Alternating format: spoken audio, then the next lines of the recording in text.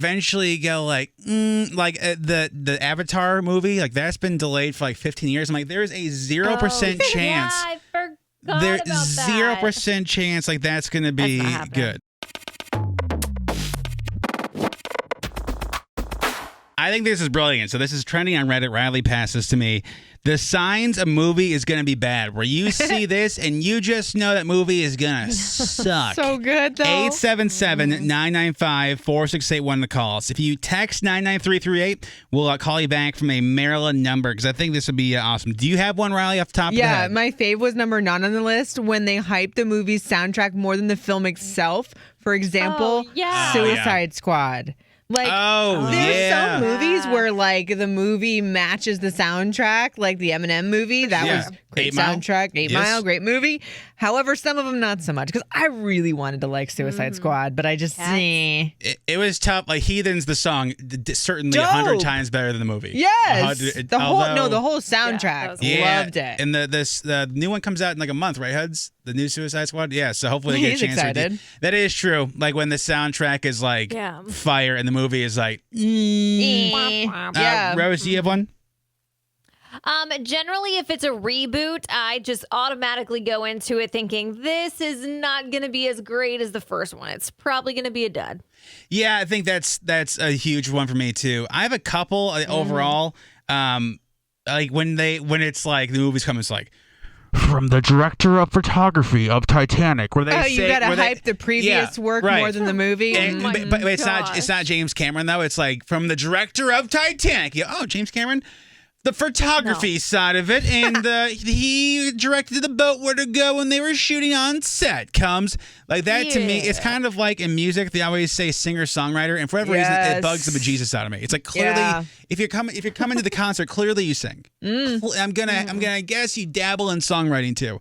That for me is like a big one. You know what another one is though, and this one's just kind of general but so true, is when the trailer is so bomb. Yes. You're like, they took every great piece of the movie and put it right there in 15 seconds. Oh, yeah, 100%. I don't need to see it now. That I would say too, if it gets delayed, if the production of the movie is delayed, oh my God, and delayed, where eventually go the Avatar movie, like that's been delayed for like 15 years. I'm like, there's a 0% chance. Yeah, I forgot There's about that. 0% chance like that's going to be good. Yeah. Somebody else said over text, if there's multiple trailers for a comedy, but they use the same joke in all of them. Oh.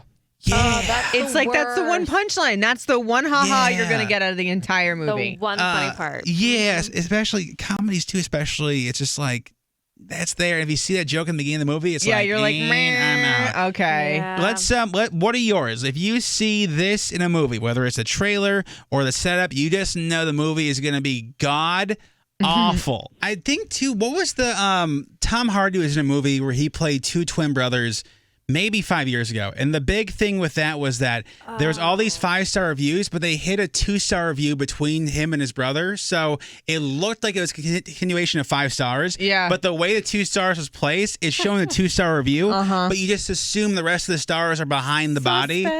But brilliant though. Like as far as like play, that was huge. Let me say to Abingdon we go. Miranda, good morning.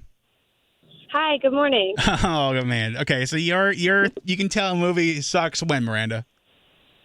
When I really, really love the book and they turn it into a movie. Yeah.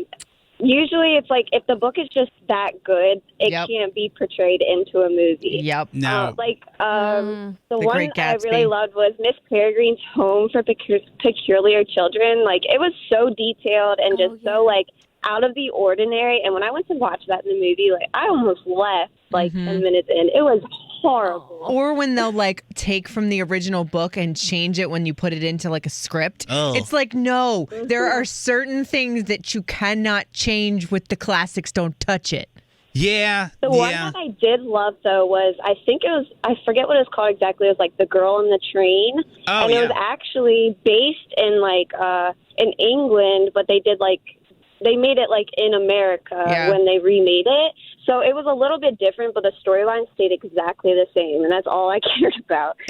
And that movie was so good. I haven't read the book, Miranda, but the movie was so good that like I didn't see the ending coming, which is like usually like you can kind of figure it out where it's like, oh, this is how it's going to be. I read the book, and the ending is in the book, so I was kind of just like really waiting for it. Oh yeah, this like, I was excited that they actually ended it the way it should have been. It was fantastic. Miranda, thank you for calling. Have a great day.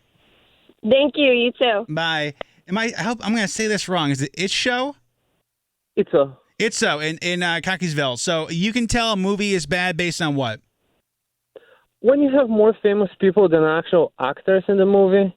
Oh, yeah. You mean like either like reality TV or B level, like when Johnny Knoxville's there and then Kim Kardashian and all these others are like the main characters?